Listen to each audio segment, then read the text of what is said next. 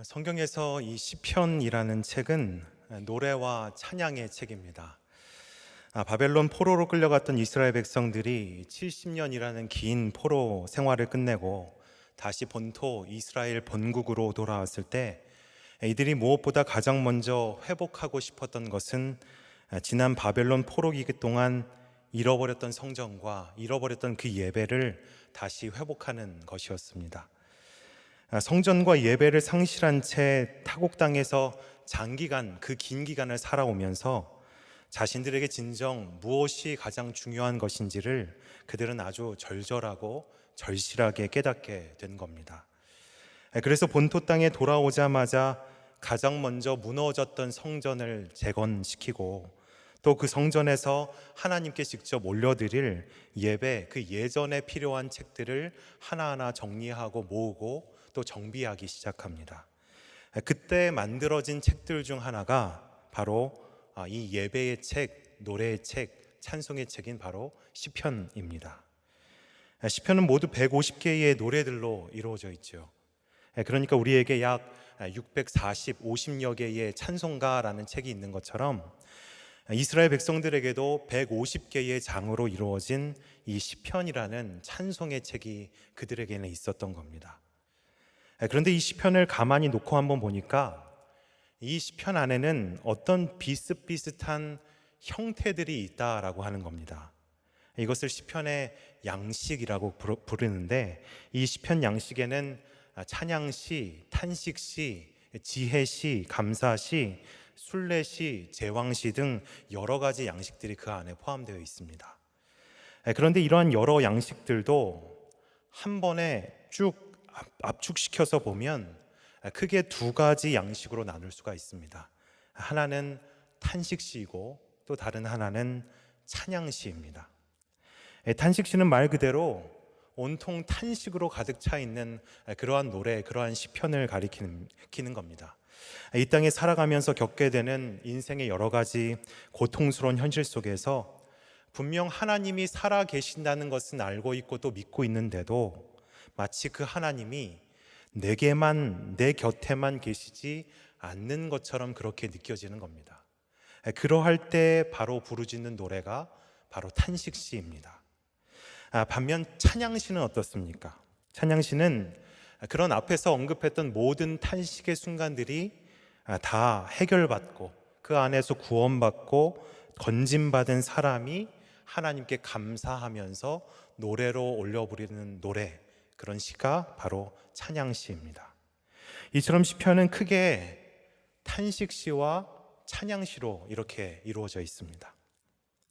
그런데 한 가지 흥미로운 것은 전체 이 150개의 시편들 중에서 이 탄식시와 찬양시가 서로 차지하는 비중이 분량이 서로 비슷한데 시편의 전반부는 대부분 탄식시로 이루어져 있고 시편의 후반부는 대부분 찬양시로 이루어져 있습니다. 전반부는 탄식시, 후반부는 찬양시로 그렇게 이루어져 있는 겁니다. 오늘 본문은 시편 8편입니다. 시편 전체에서 8번째 순서로 있는 그러한 시편입니다. 여러분, 그렇다면 이 시편 8편은 탄식시와 찬양시 중에서 어떤 시편에 속하는 시겠습니까? 전반부에 있으니까 탄식시겠다 생각하기 쉽지만 사실 이 시편 8편은 우리의 예상을 뛰었고 탄식시가 아니라 찬양시에 속하는 시편입니다. 우리가 잘 알고 있는 복 있는 사람에 대해서 노래하고 있는 이 시편 1편과 그 다음에 이어지는 시편 2편은 시편 전체에서 어떠한 표제어 역할을 하는 그 시편의 머릿말, 어떤 서문 역할을 하는 시편이라고 많이 불립니다. 그러니까 시편의 본격적인 시작은 사실은 1편과 2편이 아니라 3편부터 시작한다라고 볼 수가 있는 겁니다. 그런데 시편 3편은 양식상 탄식시입니다. 그 다음 시편인 시편 4편도 탄식시입니다. 또 시편 5편과 그 다음 6편과 시편 7편도 탄식시입니다. 그 다음에 이어지는 시편인 오늘 본문인 이 시편 8편은 놀랍게도 찬양시라는 겁니다. 그러니까 이 시편 8편은요, 시편 전체 중에서 어떠한 위치에 놓여 있는 그러한 시편이냐? 시편 전체 중에서 가장 먼저 첫 번째로 등장하는 찬양시가 바로 이 시편 8편이라는 시입니다. 시편에 기록된 노래들이 저마다 다 중요하겠지만 그 중에서도 유독 이 시편 8편이 그 어떤 시보다도 더 소중하고 존귀한 이유가 바로 여기에 있는 겁니다. 시편 전체 중에서 가장 먼저 등장하고 있는 첫 번째 찬양시, 그것이 바로 시편 8편이 우리에게 말해주고 있는 시편입니다. 게다가 이 시편 8편을 지나서 다음 시편인 시편 9편은 또다시 탄식시입니다. 또 그 다음 시편인 시편 10편도 탄식시, 11편, 12편, 13편 이어지는 모든 시들이 다 탄식시에 속하는 시편들입니다. 그러니까 오늘 이 시편 8편 말씀은 여러분 어떤 시라는 겁니까? 시편 전체에서 가장 먼저 등장하는 가장 첫 번째 1번 가는 찬양시인 것과 동시에 앞뒤로 온통 주변이 모든 탄식지들로 둘러싸여 있는 마치 탄식의 바다가 있다면 그 바다 한복판에서 우뚝 솟아나 있는 어떠한 섬과 같은, 찬양의 섬과 같은 그렇게 올라져 있는 그러한 시편, 그러한 찬양시가 바로 이 시편 8편이라는 것을 우리에게 말씀해 주고 있는 겁니다. 여러분 어떻습니까? 얼마나 이 시편 8편이 그 존재 자체만으로도 존귀하고 소중한 시편이 아니겠습니까? 그 내용은 더 귀합니다. 오늘 본문 시편은 이렇게 시작하고 있습니다. 여호와 우리 주여, 주의 이름이 온 땅에 어찌 그리 아름다운지요. 여호와 우리 주여, 주의 이름이 온 땅에 어찌 그리 아름다운지요. 처음부터 찬양이 막 터져 나오면서 그렇게 오늘 시편을 시작하고 있습니다. 이것이 찬양시의 전형적인 형태인데 그러면서 이어지는 내용은 이처럼 찬양이 터져 나오게 된 그 찬양의 이유, 찬양의 동기가 무엇인지를 이어서 말씀해 주고 있습니다. 본문 2절 말씀입니다. 주의 대적으로 말미암아 어린 아이들과 젖먹이들의 입으로 권능을 세우시며 이는 원수들과 보복자들을 잠잠하게 하려 하심이니이다. 지금 찬양을 부르는 이유, 여러분 그 동기가 무엇이라고 말씀해 주고 있습니까? 내 앞에 대적과 원수들, 보복자들이 있었는데 그들이 잠잠하게 되었다. 그 사실로 인해 나는 노래하지 않을 수 없다. 시편 기자는 지금 그렇게 고백하고 있는 겁니다. 날카로운 송곳니를 드러내면서 으르렁거리며 위협하고 있던 그 대적들이 분명 내 앞에 버젓이 그렇게 서 있었다라고 하는 것이죠. 그런데 그런 대적들 앞에 서 있는 나는 꼭 어떠한 모습이었냐? 마치 어린아이와 젖먹이와 같았다. 그렇게 시편 기자는 고백하고 있는 겁니다. 여러분 어린아이, 젖먹이는 여러분 어떠한 존재들입니까? 세상에서 가장 약한 존재들이지 않습니까? 그저 할 수 있는 것이라고는 먹고 싸고 칭얼거리고 옹알이하는 것, 기어다니는 것 말고는 스스로 혼자 힘으로 할 수 있는 것이 아무것도 없는 그러한 존재들이 어린아이, 젖먹이들이지 않습니까? 그런데 시편 기자는 지금 그 버젓이 서 있는 대적과 원수와 보복자들 앞에 서 있는 내가 마치 스스로의 힘으로는 아무것도 할 수 없는 것 같은 그러한 어린아이와 젖먹이와 같은 초라한 존재로, 연약하디 연약한 존재로 지금 자신을 보고 있었다라는 겁니다.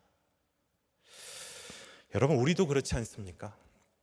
하루에도 수차례 나를 끊임없이 공격해오는 이 대적과 원수들과 보복자들 앞에서 그들에 비하면 나는 너무나도 초라하고 또 너무나도 아무것도 할 수 없는 것처럼 그렇게 여러 차례 느껴질 때가 여러분들도 있지 않으십니까?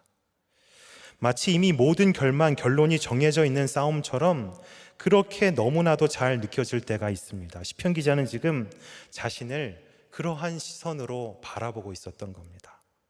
그런데 정말 놀랍게도 여러분 그 결과가 어떻게 흘러갔습니까? 대적 원수들과 보복자들을 잠잠하게 하셨다. 그 막강해 보였던 원수들이 오히려 잠잠하게 되었다. 아무 말도 할 수 없었다. 아무 힘도 쓸 수 없었다. 본문은 그것을 우리에게 말씀해 주고 있는 겁니다. 여러분, 그런데 더 놀라운 사실 하나가 있습니다. 그들 대적 원수 보복자들을 잠잠하게 하셨는데 그들을 무엇으로 잠잠하게 하셨다라고 성경은 지금 우리에게 증언해 주고 있습니까? 어린아이와 젖먹이들의 입으로 그렇게 하셨다. 어린아이와 젖먹이들의 입으로 그들을 잠잠하게 하셨다. 성경은 우리에게 그것을 똑똑히 전해주고 있습니다. 여러분, 젖먹이의 입으로 무엇을 할 수 있겠습니까? 아무것도 할 수 없지 않겠습니까? 그저 옹알이, 칭얼거리는 것, 우는 것, 그것이 전부이지 않습니까?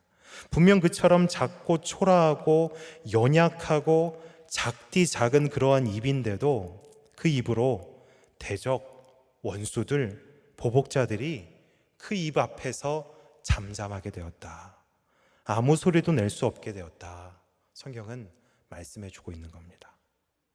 여러분, 저는 오늘 이 본문 말씀의 이 지점을 묵상하면서 정말 적지 않은 충격을 받았습니다. 어린아이와 젖먹이들의 입으로 대적과 원수와 보복자들을 잠잠하게 하셨다. 여러분, 보통 우리는 이러한 내가 어찌할 수 없는 상황을 맞닥뜨리게 되면 우리는 보통 여러분 하나님께 어떻게 기도합니까? 하나님, 저 원수들을 좀 물리칠 수 있는 강력한 힘을 제게 좀 주십시오. 저 대적자들을 능히 이길 만한 어떠한 힘, 초능력도 좋습니다. 무기를 좀 내게 건네주십시오. 여러분, 보통 그 앞에서 우리는 이렇게 하나님께 기도하지 않습니까? 그런데 하나님의 방법은 그게 아니라라는 겁니다. 어린아이와 젖먹이들의 입으로 그렇게 하셨다. 그러니까 우리 하나님은요, 우리가 원수를 이길 수 있도록 하실 그때에 우리에게 어떠한 대단한 능력이나 강력한 무기를 주셔서 우리를 그들보다 훨씬 더 강하게 능하게 하셔서 그들을 무찌르게 하시는 그러한 분이 아니시라는 겁니다. 하나님은 어떻게 하시느냐? 하나님은 어린아이와 젖먹이와 같은 여전한 나의 그 연약함과 부족함과 그 자금을 통해서 역사해 내시는 분이 바로 우리 하나님이시다. 성경은 그것을 우리에게 말씀해 주고 있는 겁니다. 여러분, 오늘도 우리 새날의 찬양대가 참 귀한 찬양을 우리에게 전해줬습니다. 여러분, 오늘 혹시 찬양의 가사가 기억나십니까? 너 약해졌을 때 뭐라고 하셨습니까? 너를 강하게 하겠다 하셨습니다. 또 너가 넘어졌을 때 너를 일으켜 세우실 것이다 이렇게 고백했습니다. 내가 약해졌을 그때에 하나님께서 나를 강하게 하신다라는 고백입니다. 또 내가 넘어졌을 그때에 하나님께서 친히 나에게 찾아오셔서 나를 일으켜 세워내신다라는 믿음의 고백입니다. 그런데 여러분, 이 찬양의 가사를 여러분 혹시 누가 작사했는지 알고 계십니까? 나 가진 재물 없으나, 그 찬양을 지은 송명희 시인이 이 찬양을 작사했습니다. 여러분, 송명희 시인은 과거에 어떠한 의료 사고로 평생을 몸이 불편한 채로 살아야 했던 그러한 사람이었습니다. 그런 그에게 여러분 평생 하나님께 가장 먼저 기도했던 첫 번째 기도 제목이 여러분 무엇이었을까요? 또 그를 넘어서 그를 돌보는 가족들이 하나님께 매일같이 하나님께 가장 먼저 올려드렸던 마음의 소망, 간구가 여러분 무엇이었겠습니까? 그런데 그토록 기도했는데 그에게 사고 이전의 본래의 모습으로 돌아가는 그러한 일은 끝내 일어나지가 않았습니다. 그런데도 지금 그는 여러분 어떻게 고백하고 있는 겁니까? 내가 약해졌을 때 하나님께서 나를 분명히 명확히 강하게 하셨다. 내가 넘어졌을 그때 하나님께서는 나 혼자 일어날 수 없을 그때에도 나를 일으켜 세워주셨다. 나는 달라진 것이 하나도 없습니다. 끊임없이 하나님께 기도해 왔는데도 전혀 내 몸은 달라진 것이 없었습니다. 여전히 나는 차갑고 냉정한 그 거대한 세상의 시선들 앞에서 여전히 나는 오늘 본문에서 드러나고 있는 것처럼 여전히 그들 앞에 나는 어린아이와 젖먹이 같은 그러한 존재처럼 보입니다. 그런데도 하나님께서 나를 강하게 하셨다. 하나님께서 나를 일으켜 세워주셨다. 송명희 씨는 지금 그렇게 똑똑히 고백하고 있는 겁니다. 여러분, 대체 하나님께서 나를 어떻게 강하게 하셨다라는 것일까요? 또 대체 어떻게 나를 일으켜 세워주셨다라는 이러한 고백인 것일까요? 나는 전혀 달라진 것이 없지만, 나는 달라진 것이 하나 없지만, 이 시인은 아주 중요한 사실 한 가지를 발견했던 겁니다. 나의 연약함을 가지고도 넉넉히 일하실 수 있는 그 하나님, 나의 부족함으로도 내 부족함 앞으로도 달라지지 않을 테지만 그것으로도 넉넉하게 이겨내실 수 있는 그 하나님, 나는 나 스스로를 한없이 연약하고 부족하고 어린아이 젖먹이 같은 그러한 연약한 모습으로 바라보고 있지만 하나님은 나를 결코 그렇게 바라보시지 않으시고 나의 연약함, 나의 부족함, 나의 작은 것들을 들어 사용하고 계신다는 그 분명한 사실을 우리 시인은 똑똑히 발견해 냈던 겁니다. 그 사실을 알게 된 순간 여러분, 그의 약함이 여전히 약함이 될 수 있겠습니까? 그 사실을 발견한 순간 나의 넘어짐이 여전히 넘어짐이 될 수가 있겠습니까? 오늘 시편 8편의 기자도 나를 향하신 그 끊임없으신 하나님의 그 시선을 똑똑히 발견했던 겁니다. 그래서 이어지는 3절에서 그는 이렇게 분명하게 노래하고 있습니다. 주의 손가락으로 만드신 주의 하늘과 주께서 베풀어 두신 달과 별들을 내가 보오니. 이어지는 4절 말씀입니다. 사람이 무엇이기에 주께서 그를 생각하시며 인자가 무엇이기에 주께서 그를 돌보시나이까. 하나님은 저 하늘과 해와 달과 별들을 친히 만드시고 다스려내시는 그러한 분이시지 않으십니까? 하나님 만드신 저 높고 광활한 우주 한복판에서 나라고 하는 이 존재는 그저 여러 작은 점들 중에 하나에 불과한 그러한 작디 작은 그러한 존재들일 텐데, 하나님, 내가 무엇이기에, 정말 내가 무엇이기에 이처럼 나를 생각하시며 나를 돌봐주시는 겁니까? 시편 기자는 이 송명희 시인처럼 나를 그토록 존귀하게 여겨주시는 그 하나님의 끊임없으신 그 시선에 감격하고 감동하며 하나님께 노래하고 지금 고백하고 있는 겁니다. 여기서 사람, 또 인자라는 단어가 나왔는데 여기서 사람은 히브리어 에노쉬라는 단어를 쓰고 있습니다. 또 여기서 인자는 벤 아담이라는 단어를 사용하고 있습니다. 히브리어 에노쉬와 이 벤 아담은 모두 동일하게 흙, 어떠한 먼지, 티끌을 가리키는 단어들입니다. 즉 나라고 하는 존재는 어떤 존재라는 겁니까? 그저 후하고 불면 금방이라도 인해 사라져버릴 수 있는 그러한 먼지, 그러한 흙, 그러한 티끌과도 같은 존재가 바로 나라는 존재라는 것을 오늘 말씀은 말씀해 주고 있는 겁니다. 하나님, 나는 정말 흙과 같은 존재입니다. 하나님, 나는 정말 먼지와 티끌 같은 존재입니다. 저 높고 광활한 우주 세계 안에서 나는 더 그렇게 초라하게 느껴지는 그러한 존재입니다. 그런데 하나님, 그런 내가 대체 하나님 앞에 무엇이기에 나를 그토록 생각하시며 나를 그토록 도와주고 돌봐주시고 계시는 겁니까? 시인은 지금 노래하고 있는 겁니다. 특별히 여기서 생각하다, 돌보다 라는 단어가 나왔는데 이 생각하다, 돌보다에 해당하는 단어들은 원어상 모두 어떠한 적극적인 행동을 수반하는 단어들입니다. 그러니까 멀리서 단순히 생각만 했다, 기억만 했다라는 수준이 아니고 그에게 직접 찾아가서 그의 부족한 부분을 채워준다라는 의미입니다. 돌보다 역시 그에게 찾아가서 그를 살펴주고 세심히 보아주며 그의 모든 필요를 지원해준다, 채워준다라는 뜻을 가지고 있는 단어입니다. 하나님께서 나에게 그렇게 하셨다는 것이죠. 이 높고 광활한 우주 한복판에서 에노시, 벤아담, 흙과 먼지, 티끌에 불과한 그런 나에게 생각하여 주셨다. 또 생각에서 그치지 않고 친히 돌봐주셨다. 시인은 그 사실을 주목하면서 하나님을 노래하고 찬양하고 있는 겁니다. 심지어 5절 말씀에서는 어떻게 고백하고 있습니까?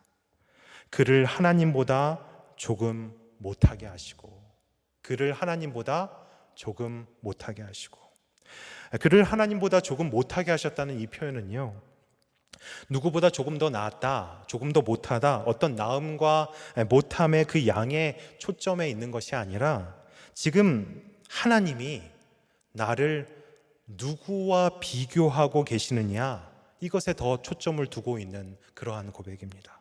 여러분, 하나님께서 지금 나를 누구와 비교하고 계시는 겁니까? 하나님, 당신 자신과 나를 비교하고 계시는 겁니다.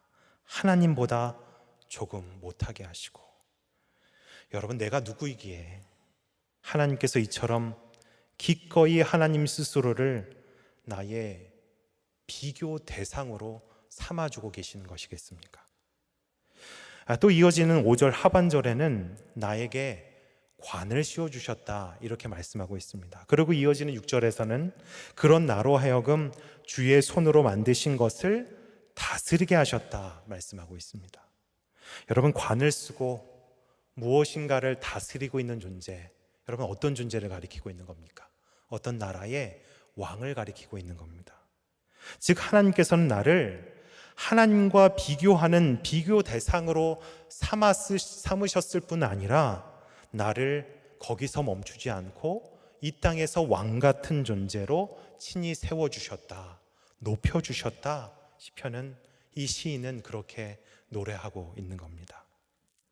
여러분, 시편 28편은 정말 처음부터 끝까지 대적 원수와 보복자들 앞에서 정말 어린아이와 젖먹이에 불과해 보이는 나를 친히 찾아와 구원해 주시며 내가 하나님 앞에 얼마나 존귀하고 소중한 존재인지를 시편 처음 1절부터 마지막 9절까지 끊임없이 빼곡히 가득 채우면서 노래하고 있는 시편이 바로 이 시편 8편의 말씀입니다. 그런데 이 모든 표현들보다도 오늘 이 시편 8편이 그토록 이 시편을 마주하고 있는 우리에게 그토록 강조하고 싶은 이 시편 8편의 정점, 절정에 해당된다라고 할 수 있는 한 가지 아주 중요한 메시지가 한 가지가 더 있습니다. 오늘 이 시편 8편은 여러분 이미 발견하셨겠지만 한 가지 두드러진 특징이 있지 않습니까? 1절에 기록된 이 말씀이 어디서 한 번 더 반복되고 있습니까? 마지막 9절 말씀에서 반복되고 있습니다. 여호와 우리 주여, 주의 이름이 온 땅에 어찌 그리 아름다운지요. 9절에서도 여호와 우리 주여, 주의 이름이 온 땅에 어찌 그리 아름다운지요. 1절과 마지막 9절, 맨 처음과 맨 마지막에 같은 구절이 동일하게 지금 반복되고 있는 겁니다. 여러분, 이처럼 처음과 이 마지막, 글의 맨 처음과 맨 마지막에 같은 구절로 배치해 놓고는 그렇게 모든 이야기를 풀어가는 문학 기법이 하나 있죠. 여러분, 그 기법을 뭐라고 보통 부릅니까? 여러분 중학교 시절 때 배웠을 텐데요. 수미 상관 기법이라고 여러분 들어보시지 않으셨습니까? 맨 앞과 맨 뒤를 같은 문장으로 배치해 놓고 있는 겁니다. 이 수미 상관 기법은 유독 성경에서 자주 단골처럼 등장하는 그러한 문학 기법 중 하나입니다. 이유가 있지요. 이 수미상관 기법을 통해 보통 어떨 때 이 기법을 사용하느냐, 똑같은 구절로 앞과 뒤를 감싸 안으면서 그 사이 중간에 있는 내용들을 유독 더 독자들에게 강조하고 싶을 때 바로 이 수미상관 기법이라는 문학 기법을 사용하곤 합니다. 오늘 시편 8편에서도 이처럼 수미상관을 사용하고 있다는 것은 오늘 말씀들 중에서도 특별히 유독 우리에게 더 강조하고 싶은 그러한 구절이 있다라고 하는 겁니다. 여러분, 그게 어떤 구절이냐? 우리가 보고 있는 이 한글 성경에는 잘 드러나고 있지 않지만 반복되는 1절과 9절 말씀을 보면 여기 어찌 그리 아름다운지요. 이 어찌 그리 아름다운지, 여기 이 어찌에 해당되는 단어가 히브리어 마라고 하는 단어를 사용하고 있습니다. 히브리어 이 마는 어찌, 무엇이라는 뜻을 가지고 있는 영어에서 의문사 what에 해당되는 그러한 단어입니다. 이 영어의 what, 어찌, 무엇, 이 히브리어 이 마라는 단어가 시편의 맨 처음인 1절과 마지막 반복되는 구절인 9절에 동일하게 지금 사용되고 있는 겁니다. 그런데 이 단어가 오늘 본문에서 한 군데 더 등장하고 있습니다. 그게 어디냐? 바로 4절 말씀입니다. 사람이 무엇이기에, 인자가 무엇이기에. 여기 무엇에 해당되는 단어도 히브리어 마라는 단어를 사용하고 있습니다.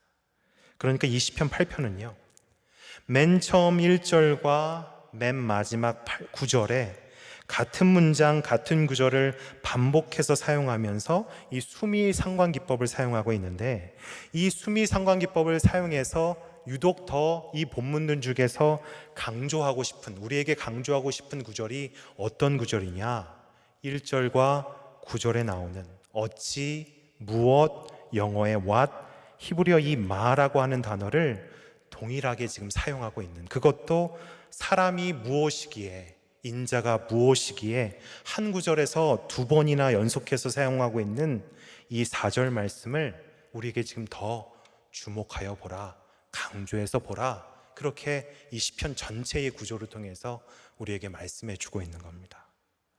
여러분, 같은 단어가 있는 이 1절과 9절 그리고 중앙에 있는 이 4절 말씀을 한번 따로 떼어놔서 한번 유심히 한번 살펴보십시오.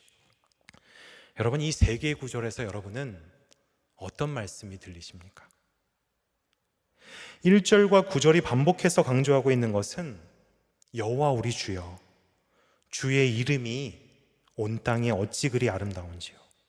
주의 이름이 온 땅에 어찌 그리 아름다운지요. 여호와의 이름, 주님의 이름, 하나님의 이름을 노래하고 있습니다. 그러면 4절 말씀은 무엇을 말씀하고 있습니까?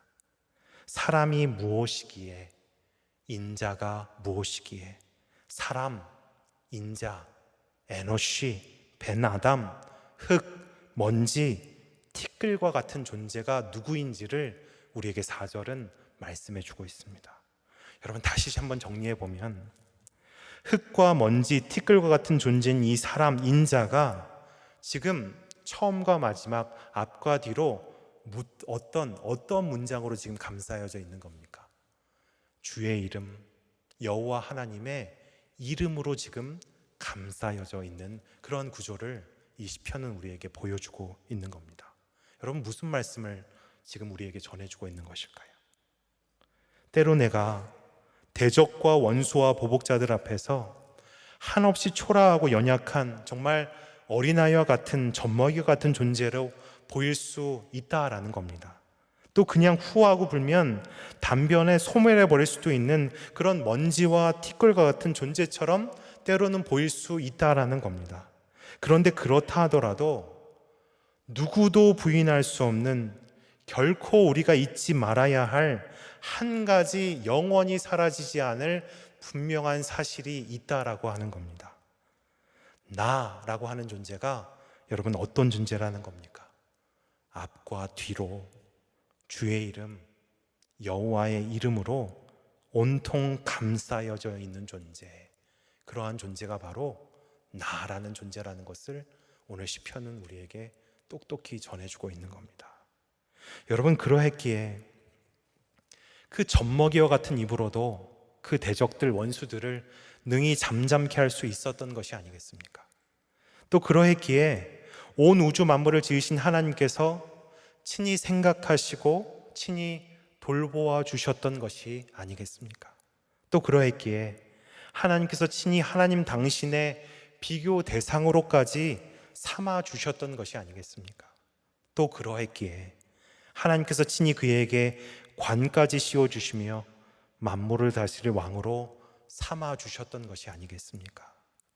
지금 이 시편 8편의 기자는 바로 그러한 사실, 시편 8편이 온몸으로 전해주고 있는 바로 그러한 사실을 주목하면서 그렇게 나를 감싸 안고 계시는 하나님을 찬양하고 또 노래하고 있는 겁니다. 저와 여러분 또한 다르지 않습니다. 우리로 가장 적절한 때에 하나님이 어떠한 분이신지를 알게 하셨고, 또 하나님의 그 이름을 당당하게 부르면서 이처럼 예배의 자리에 나와서 예배할 수 있도록 도와주셨고, 또 인생의 고비고비마다 하나님 앞에서 탄식과 찬양을 하게 하셨던 여러분, 바로 그 살아계신 하나님께서 여러분, 어찌 우리에게는 이 시편의 하나님과 다른 하나님일 수가 있겠습니까? 우리 존재를 감싸고 있는 것이 주의 이름 여호와 하나님의 이름이라고 오늘 본문은 우리에게 전해주고 있지만, 여러분, 이 이름이 어찌 단순히 하나님 이름 자체만은 가리키는 그러한 의미겠습니까? 여러분, 성경에서의 이름의 뜻은요, 그 사람의 존재 자체, 전 존재를 가리키는 그러한 의미를 가지고 있는 단어입니다. 그러니까 주의 이름 여호와 하나님의 이름이라고 하는 것은 주님 그 자체, 여호와 하나님의 그 존재 자체를 말씀해 주고 있는 겁니다. 즉, 저와 여러분, 우리라고 하는 이 존재는 어떤 사람들이라고 우리에게 말씀해 주고 있는 겁니까? 하나님의 존재 그 자체, 살아계신 하나님으로 감싸여진 존재, 감싸여진 인생들이라는 것을 성경은 우리에게 말씀해 주고 있는 겁니다. 오늘 시편 8편은 바로 그 놀라운 사실을 우리에게 똑똑히 분명하고 또 명확하게 다시 한번 확언해 주고 있습니다.